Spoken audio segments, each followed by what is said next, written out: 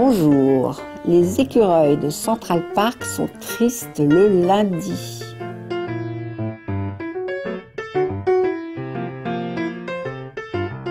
Le succès des 3 livres, Les yeux jaunes des crocodiles, La valse lente des tortues, Les écureuils de Central Park sont tristes le lundi, je pense que ce succès, il vient des personnages. Quand on construit bien ces personnages, c'est une recette que je donne à tous les gens qui veulent écrire, ils existent. Et non seulement ils existent, mais ils finissent par représenter tout le monde. Ils incarnent les peurs des gens, les désirs, les envies, et tout le monde peut s'identifier. Et je pense que c'est ce qui s'est passé avec ces 3 livres, c'est qu'il y a une identification totale. Il y a plusieurs générations, il y a plusieurs milieux, il y a plusieurs manières d'être. Hortense est absolument l'opposé de sa mère Joséphine, et tout le monde peut retrouver soi-même ou sa fille, son amant, son mari. C'est vraiment une espèce de radioscopie de la société d'aujourd'hui.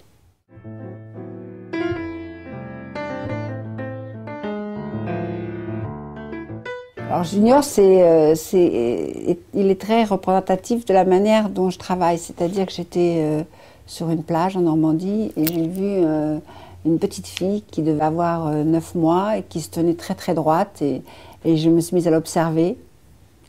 Et au bout d'un moment, elle a regardé le soleil et elle m'a dit « soleil » en chinois, puis en espagnol, puis en anglais.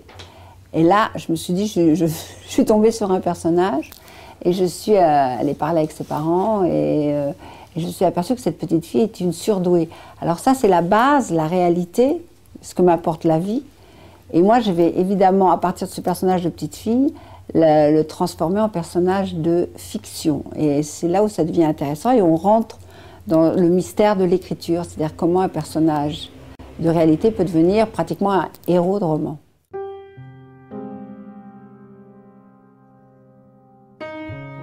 D'abord, quand j'écris, je me fais des horaires très très précis, c'est-à-dire que je fais comme si j'allais à l'école, je me mets le matin vers 11h30 midi et je travaille jusqu'à 6-7 heures le soir. J'ai énormément de dictionnaires, des dictionnaires de synonymes, des Larousse, des Petit Robert, Grand Robert, le thésaurus qui est un instrument formidable pour écrire. Et puis j'ai mes fameux petits cahiers noirs où j'ai un cahier par personnage et je remplis ce cahier de détails qui vont me servir ou pas pour le personnage. Quelquefois ça ne me sert pas, mais ça l'habille quand même, et quelquefois ça me sert. Et quand j'ai un doute sur d'où il vient, est-ce qu'il peut dire cela, comment il est, je me reporte toujours à son cahier. Non, ça c'est un truc piqué dans le métro entre 2 filles. Je crois que mon transit va être génial aujourd'hui. Oh, et moi je crois que je vais vomir mon jus de blé. Alors Hortense, sexuellement déclenchant, ça s'est ramassé dans les autobus avec les gamins qui parlent.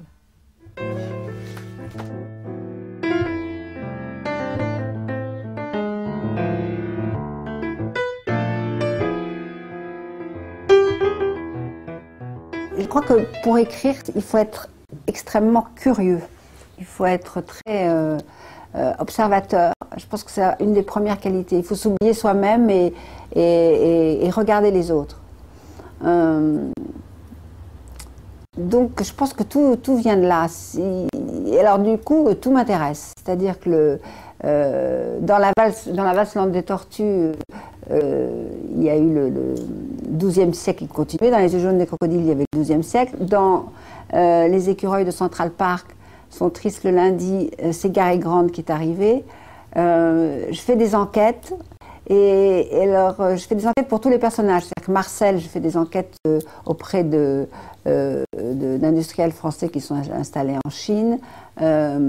Pour Hortense, j'ai fait une énorme enquête sur les milieux du stylisme à Londres, à New York et à Paris. Et donc ça, c'est aussi, ça vient de la curiosité que j'ai depuis que je suis toute petite, et je pense que ça vient aussi de mon métier de journaliste.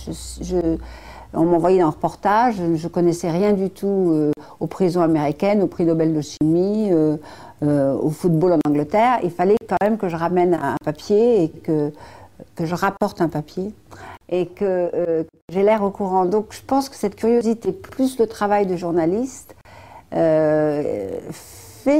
font que je nourris terriblement les personnages et j'ai envie de partager parce que je trouve formidable d'apprendre. Il y a aussi l'idée que j'aime bien apprendre.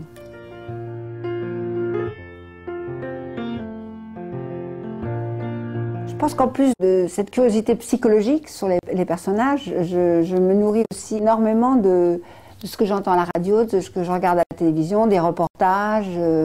Je me nourris aussi de la vie quotidienne. C'est vrai que j'ai toujours un petit cahier sur moi avec un crayon et quand je pique un bout de dialogue dans le métro, au café, je le marque tout de suite pour être sûre de ne pas l'oublier. Et c'est vrai que je sais que quand je commence à écrire, j'ai l'impression que j'ouvre très très grand les bras comme ça et que je prends absolument tout ce qui passe et qu'après je fais le tri, mais j'attrape absolument tout de la vie.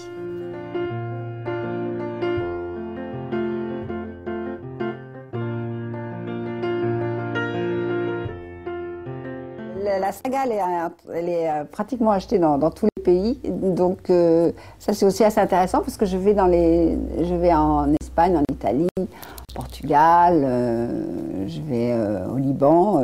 C'est drôle de voir comment le personnage de Joséphine, qui est un personnage quand même très franco-français, qui habite à Courbevoie, qui est chercheuse au CNRS, touche absolument tous les pays, toutes les générations, et les hommes et les femmes. Et donc ça, c'est aussi une partie de l'activité d'écrivain qui arrive à point nommé quand on vient de finir un livre, parce que ça permet justement de passer sur d'autres mondes, de rencontrer d'autres gens et aussi de se nourrir, parce que je pense que l'écriture, c'est ça, c'est qu'il faut se nourrir sans arrêt. Et puis, après un livre, alors surtout après un livre comme Les Écureuils, parce que j'ai l'impression que j'ai plus rien à dire et que mon réservoir à idées est complètement à sec. Et donc je pense que j'ai passé quelques mois à le remplir, en lisant des livres, en allant voir des films, en parlant avec des gens dans la rue, en voyageant, et qu'un jour je vais avoir une idée, une nouvelle idée.